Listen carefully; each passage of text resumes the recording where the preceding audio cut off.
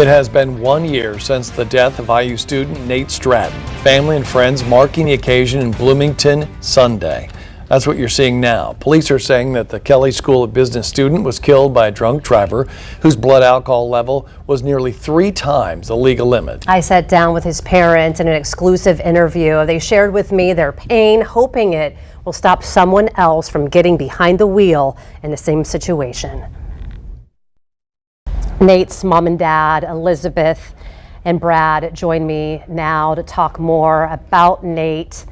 The both of you, thank you so much. I know it is important for you to honor your son's life and to remember him. What do you want those that are watching now know about Nate?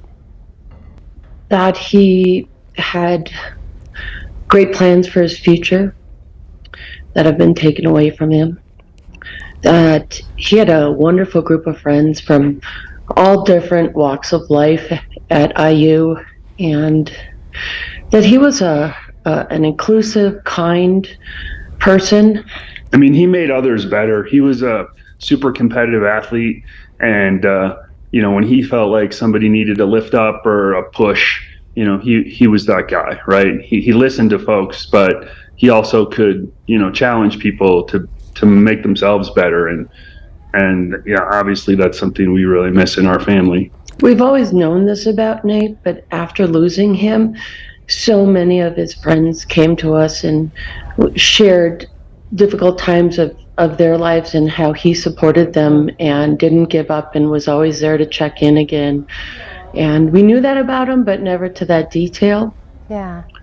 Well, because when they're your kids, sometimes they're a little stinky, especially when they're in high school. Yeah, right? Yeah. I know that while it's so hard to talk about this and it's so painful that so many of us have no idea, that it is part of your purpose to try to get a hold of people's minds and their thinking so that this doesn't happen to another family. What is it about what you might be able to say right now that could hopefully make someone watching this decide not to get behind the wheel, and certainly not at almost 3 times the legal limit? Well, first of all, I think people have to understand that losing a child is the worst nightmare that any parent can have. And you don't want anyone else to have this happen to them, even our worst enemy, because it's brutal. I mean, every single night we go to bed thinking about this, crying about this, and every single morning we wake up with the realization we don't have our son.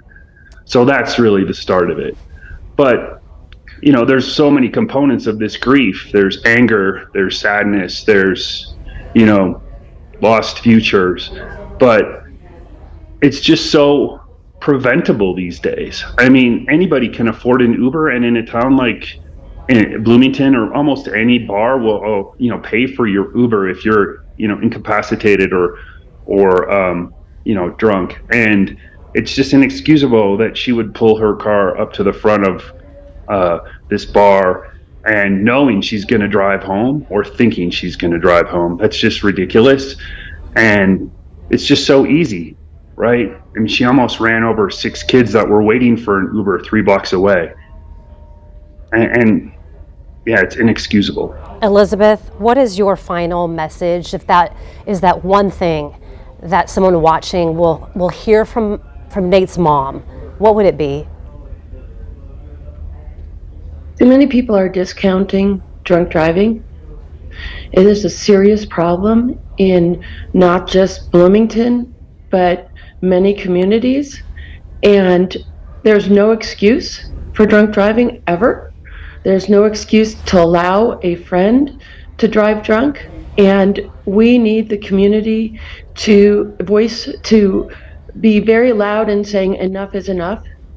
And people that commit this crime, whether they kill someone or injure someone or just put anyone else at risk, they need to be punished to the fullest extent of the law.